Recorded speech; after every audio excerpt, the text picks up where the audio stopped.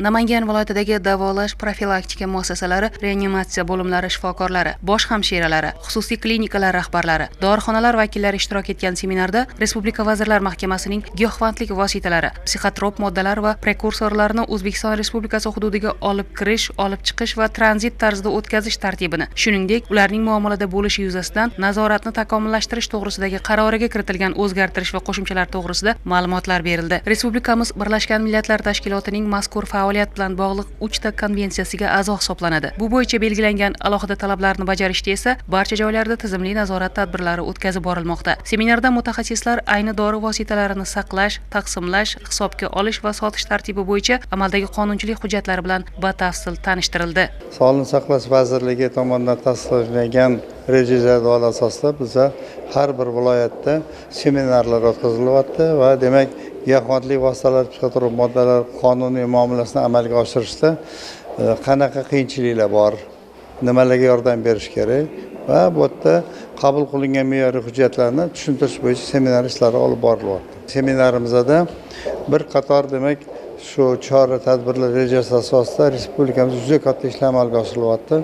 Narkotiklarni nazorat qilish davlat komissiyasi rahbarligida joylarda ularni bo'linmalari bor. Mana bu yerda hozir bizlar bilan birga Namangan viloyatida ham ularning vakillari ishtirok etishdi o'rganish ishlarida. Javobgarlik masalalari bo'yicha bu ishlarni hammasi ko'rib chiqildi. Yig'ilishda alohida toifadagi kuchli ta'sir qiluvchi moddalar muomalasini tartibga solish bo'yicha Jinoyat kodeksida belgilangan 7 ta moddaga e'tibor qaratildi. Bu bilan bog'liq qoidabuzarliklar uchun belgilangan jazo choralari tushuntirildi. Viloyatdagi respublika ixtisoslashtirilgan kardiologiya, onkologiya va radiologiya ilmiy amaliyot tibbiyot markazlari Namangan filiallari, viloyat asab ruhiy kasalliklari, Namangan shahridagi sil va bolalar kasalliklari shifoxonalari, Davlatobod, Uchqo'rg'on, Mingbuloq, Pop va Chust tumanlaridagi tibbiyot muassasalarida o'rganishlar natijalari tahlil etildi. Faoliyatga daxldor kamchiliklarni bartaraf etish yuzasidan tavsiya va topshiriqlar berildi. Davlat tibbiyot muassasalarida, xususiy tibbiyot muassasalarida bu narkotik vositalarini, psixotrop moddalarni nazoratga olinishi, ishlatilishi, ularni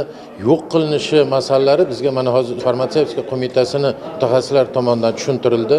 Bizga juda yaxshi bo'ldi, ayniqsa biz narkolog shifokorlarga yaxshi bo'ldi. Sababi endi shu giyohvand vositalar, psixotrop moddalarning ishlatilishi, ularni xalqimiz orasida foydalanishi bizning asosiy profilaktika zarur tavsiyalari beriladigan masala bo'ldi. Bugungi mana seminardan biz o'zimizni qiziqtirgan savollarga javob oldik. Yig'ilishda ushbu dori vositalarining noqonuniy aylanishining oldini olish, har tomonlama barkamol avlodni tarbiyalashda Respublika Vazirlar Mahkamasi huzuridagi narkotik moddalarni nazorat qilish milliy axborot tahlil markazi, Respublika Sog'liqni saqlash vazirligi, Davlat xavfsizlik xizmati, Bosh prokuratura, Ichki ishlar vazirligi va boshqa hamkor tashkilotlardan tuzilgan ekspertlar guruhi tomonidan monitoring natijalari va bu boradagi ijobiy samaradorlikka erishishdagi taklif va tavsiyalar xususida fikrlashildi.